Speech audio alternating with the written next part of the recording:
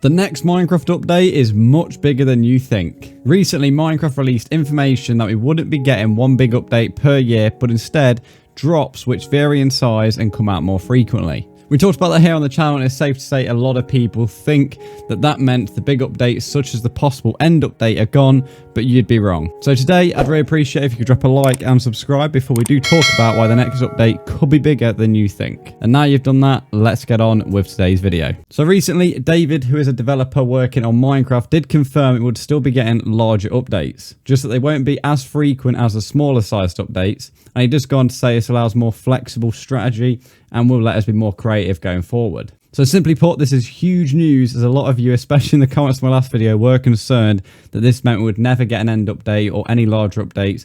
But with this information, it means the future of the end still has a lot of excitement around it, with the possibility of a large update coming to the dimension in the future. How frequent these updates are, though, is still up for debate, as I still think there is a concern that this could lead to lazier development, as if they aren't going to release one big update a year, does that mean these larger drops might happen every 2 years, 18 months?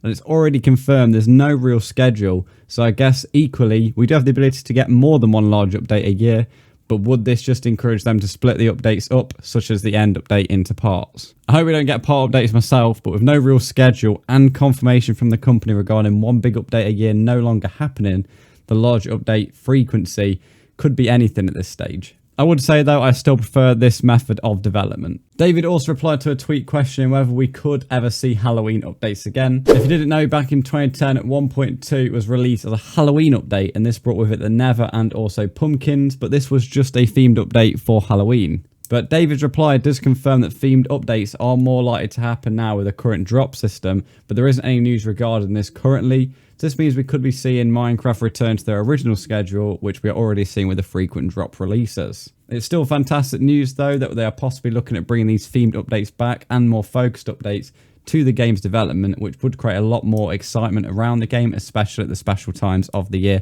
such as Halloween. Now, moving on, recently, Sliced Lime, who is a tech lead for Minecraft Java Core at Mojang, also released to us the 24W37A snapshots, which includes some huge changes to the way Ender Pearls will work from now on. Ender Pearls have a variety of changes in this snapshot, but one of them is the Ender Pearls are now attached to the players.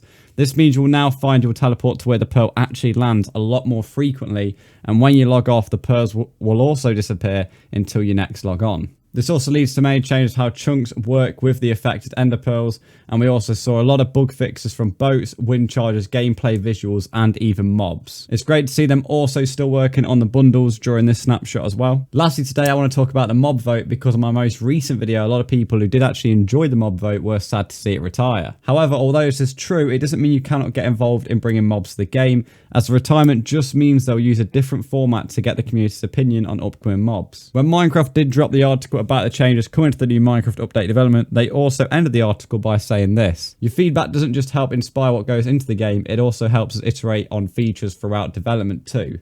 When the armadillo first released into testing, a lot of our community reacted to the armadillo's visual design and provided feedback on how they'd like to see it improved. The armadillo you see in the game today, with its eyes firmly on the side of its head and not on the front, was shaped by the community and your feedback.